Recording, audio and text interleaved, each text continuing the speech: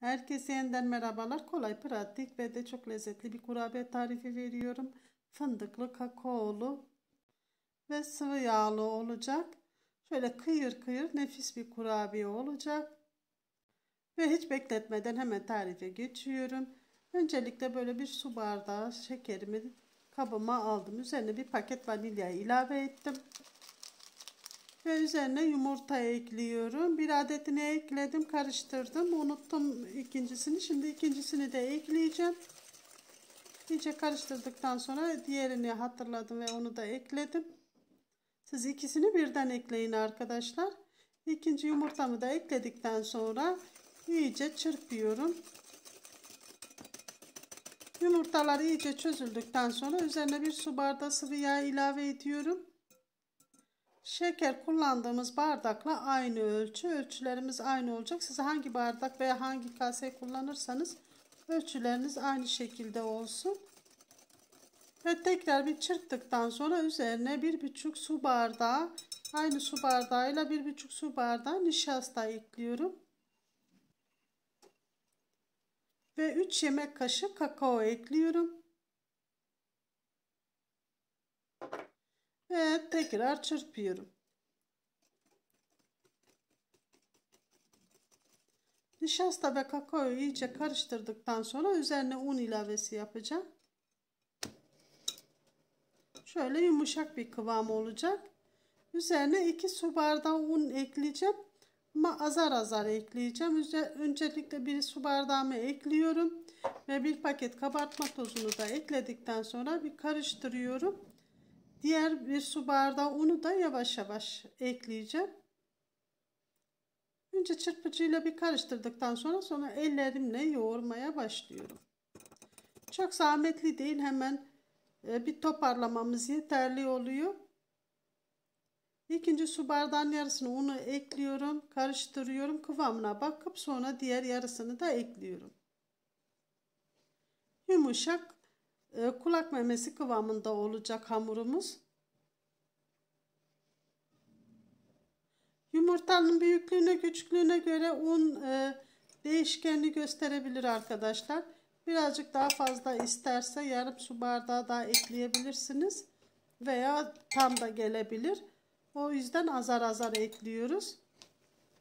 Hamurumuzu iyice toparladıktan sonra 1 yemek kaşığı damla çikolatası, 3 yemek kaşığı fındık ekledim. Fındıkları robotta iyice ezdim ve ekledim. Tekrar iyice hamurumuzla beraber toparlıyoruz. Ve kıvamı görüntüde gördüğünüz gibi ele yapışmayan güzel bir kıvamı olacak. Kulak memesi kıvamı olacak. Şimdi tezgahıma aldım ve rulolar şeklinde açıyorum. İçindeki damla çikolataları çıkabilir. Onları tekrar içine ekleyebilirsiniz. Önce 2'ye bölüyorum. Sonra 4'e bölüyorum. Şeritler halinde yuvarlıyorum. Sonra bunları top top yapacağım.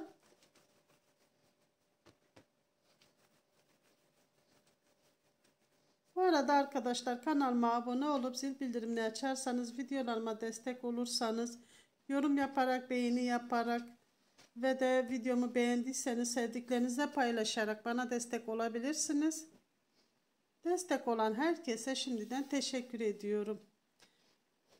Ve bütün hamurumu rulola şeklinden açtım. Şimdi hepsini küçük küçük kesiyorum. Böyle 2'şer santim uzunluğunda kesiyorum. Bunları yuvarlayacağız sonra.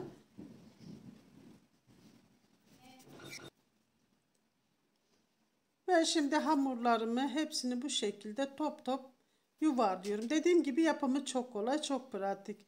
5 dakikanızı anca alır arkadaşlar. Bütün hamurlarımı bu şekilde yuvarlayıp tepsime diziyorum.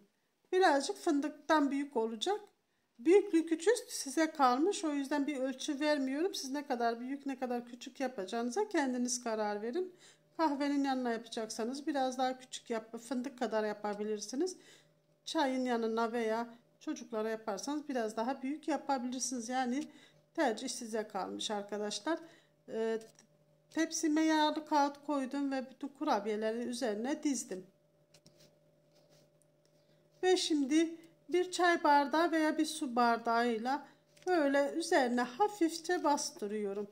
Bu benim kurabiyeler çok fazla yayılmayacak.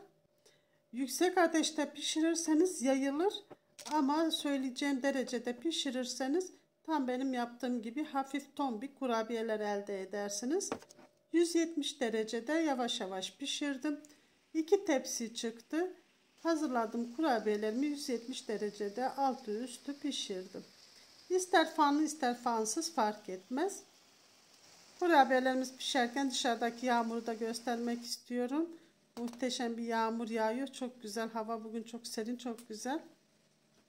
Ve kurabiyelerin piştiği görüntüde gördüğünüz gibi şahane oldular. Kürdan testi yapabilirsiniz. Yarısını kavanozlara koydum. 2 tepside pişirdim.